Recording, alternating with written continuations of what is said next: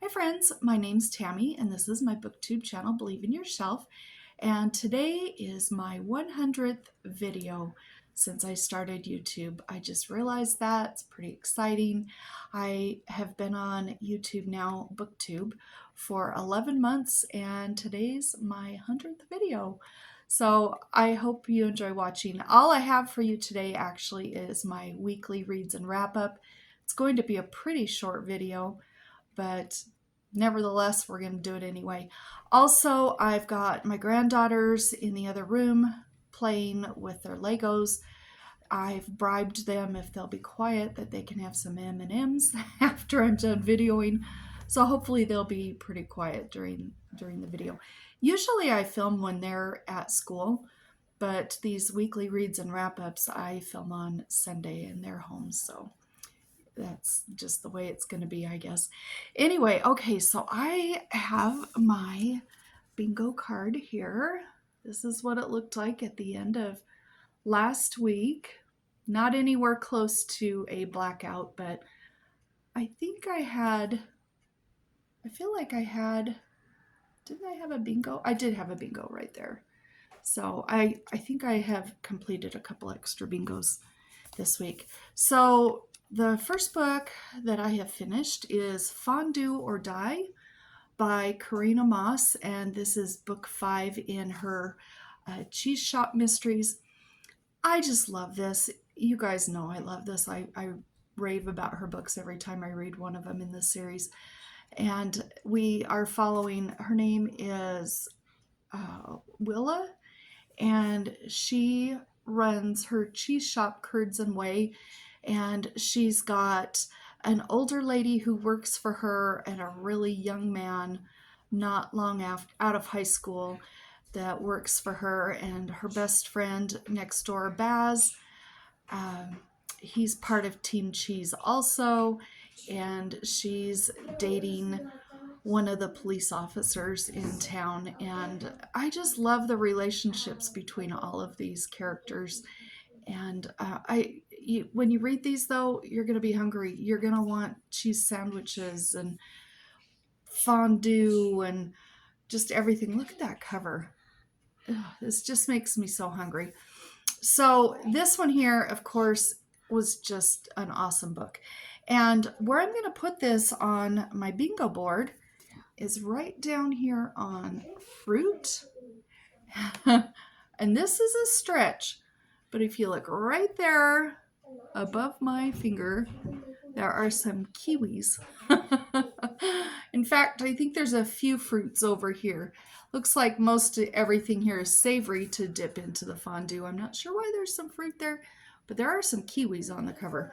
So I'm going to put that on fruit and show you what my bingo board looks like after I get that on there. That gives me a bingo across the bottom. So now I have a bingo across the bottom and a bingo straight up and down. Then I have Rosamunde Pilcher's The Blue Bedroom and Other Stories.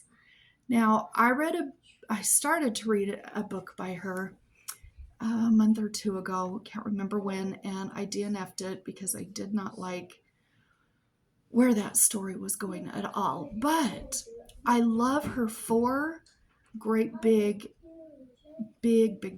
novels. Like, I think there's September and The Shell Seekers. I can't remember the names of the other ones off the top of my head. But then she has a whole bunch of books that are about this size. And most of them are little short novels, and there's a couple that are short stories. And the short novels I like. I do like them, and other than the one that I DNF'd. But I do like them, but not as much as her great big novels. But her short stories I really love. And this one here is probably my favorite Rosamunde Pilcher book I've ever read, because the stories in here just were so calming and comforting and slow moving and sweet, and I just loved this. I always thought the 4 big novels that she's written would be my favorites, but I think this one's my favorite book she's written. So where I'm going to put this one of the very first stories, one of the guys was sick and he went home and his wife made him some sort of a hot toddy that had some sort of alcohol in it. I don't drink alcohol, so I don't really know. But I'm going to put it right there on alcohol because he did drink that and it worked for him because the next day he was all better. So there's my bingo board. And then I also have another book that I read that I don't have a copy of. I actually listened to it on YouTube and I looked it up on Amazon. It's anywhere between 50 and 90 pages, so it's definitely a novella, but it's called Goblin Market. And her name, what was her name? Let me get my book out here and see what her name was. The author, Christina somebody. Let me look real quick. I always like to have the books to show you, but Christina Rossetti. And this is a story about two sisters who live kind of out in the forest. They have a little home out in the forest. And there are goblins who are always trying to sell their fruits and vegetables and produce.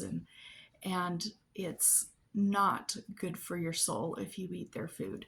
And the one sister caves and eats it, and she is coming to a slow death, basically. And her other sister is trying to do everything she can to save her life. And it was pretty intense. I loved the narrators of it.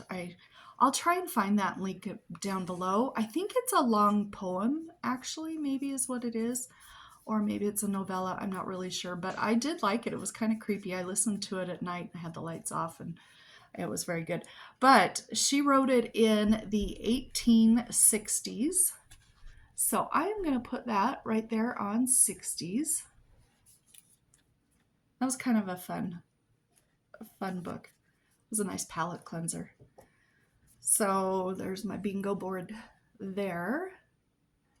And then the last book that I read this week, I did finish Almost Pioneers by Laura Gibson Smith. And I love pioneer books. That's probably why I like the Little House on the Prairie books so much.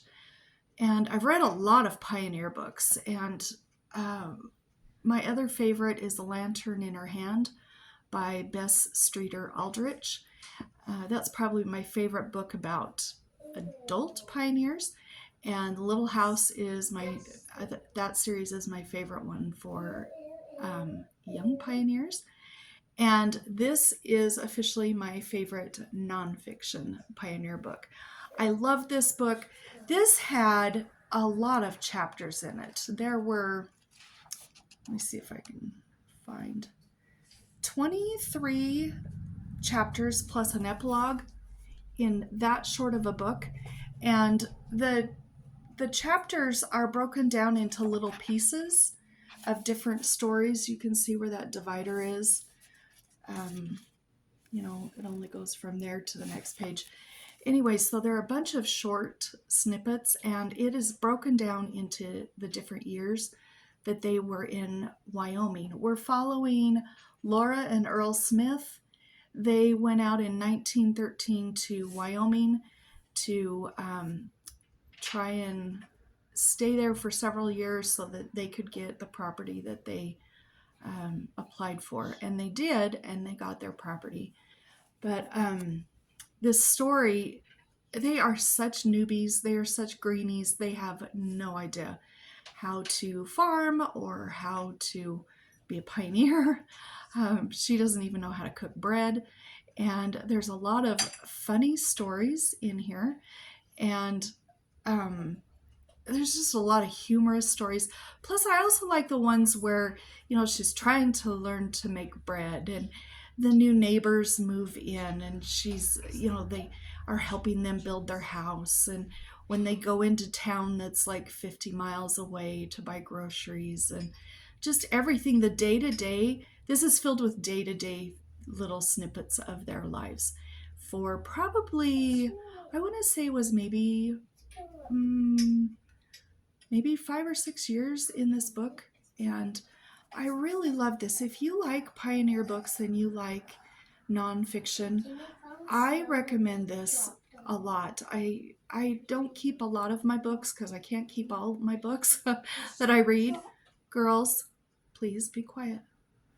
But I am going to definitely keep this one because I will reread this one again. I really enjoyed it. Plus, there were just a lot of pictures. Let me see if I can find a picture of the two main characters that we're following.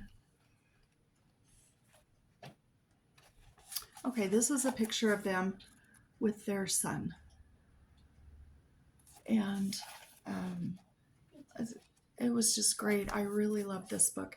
So this book doesn't show up on camera, but it is in real life. There's a lot of purples and violet in here. And I have a space on my bingo card that says violet.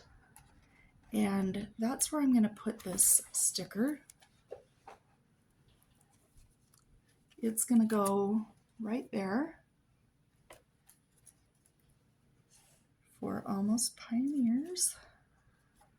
And I got another bingo. I got one going up and down here.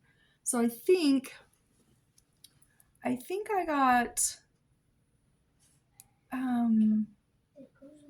got 4 bingos. I got this one up and down. I got this one up and down. I got this one across. And I got this one diagonal. And I still had, 6 books that I didn't get to this month, but I did get a bunch of bingos, so I'm very happy about that. So I'll have a new bingo card next week. I haven't gotten it in the mail yet, but I know that Dagmoon has sent our next bingo card, and I'm looking forward to that. I do have 3 books that I've started. I can't tell you much about them because I'm not very far into any of them, but this is great. I'm so excited about this.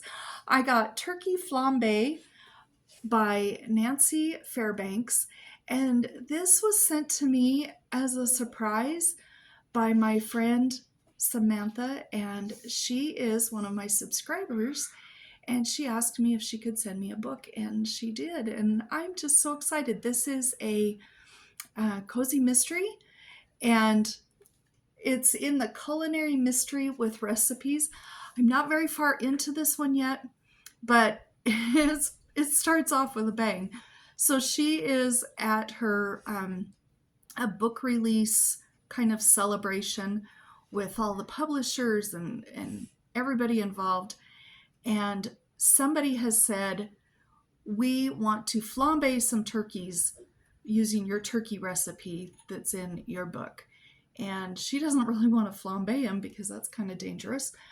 But they go ahead and do it anyway, and there's 3 turkeys on the table, and somebody has messed with her turkeys, and the fire is just huge. These turkeys are just flaming clear up to the ceiling, and 2 of the people stick these big forks in it or running trying to get these turkeys put out, and there's little bits and pieces of fire all over, and anyway, the sprinklers come on. It's really quite comical, but they throw a couple of the turkeys out the window, and somebody gets hurt by one of the turkeys.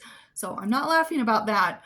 It had some dire consequences there, but I'm sure it will turn out in the end because nobody has died, but somebody has been hurt, and she is trying to figure out who sabotaged her book opening party by messing with her turkeys. So this is just perfect for this time of year, and I'm having a good time reading this. Also, I am just starting Winterbound by Margery Williams Bianco, and Margery Williams is the author that wrote The Velveteen Rabbit, which I love. I don't really know much about this. I'm only on page, 2 or 3 or something. But I know that we have, what is her name? I think her name is Kay. She's 19. Her younger sister, Gary, is 16. And then they have a very much younger sister and a very little brother, too. And they have grown up in the city. And for some reason, they're in a New England farmhouse. And their mom and dad have to go away to take care of a relative or help a relative out. And I know that they get snowed in and they have to figure out how to survive. And so I'm looking forward to this book. I love The Velveteen Rabbit, so I have high hopes for this book. And then the last book, I haven't started, but I will be starting it today. This is by Hazel, Gaynor, and Heather Webb. And this is a novel of World War I, Last Christmas in Paris. And I'm going to be buddy reading it this week with my friend Nadine. I know that it is centered around Christmas and World War I, and it is all epistolary, just letters all the way through, so I'm super excited for this book. So those are the 3 books I've started. Hopefully I'll have these 3 done by next week and maybe a couple of other books. But for now, that is what I'm reading. So anyway, that's all I have for today. I hope you're having a great day. I hope you have some really great books to read. I hope you've had a nice reading week. We'll talk to you later. Bye-bye.